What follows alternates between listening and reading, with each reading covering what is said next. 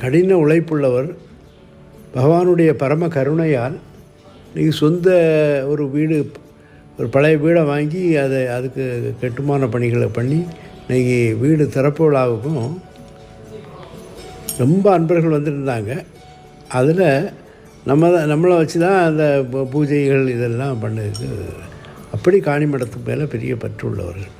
அதுபோல் பகவானுடைய ஜெயந்தி விழாக்கள் எல்லா கைங்கரியங்களும் அவர்கள் செய்து வருகின்றார்கள்.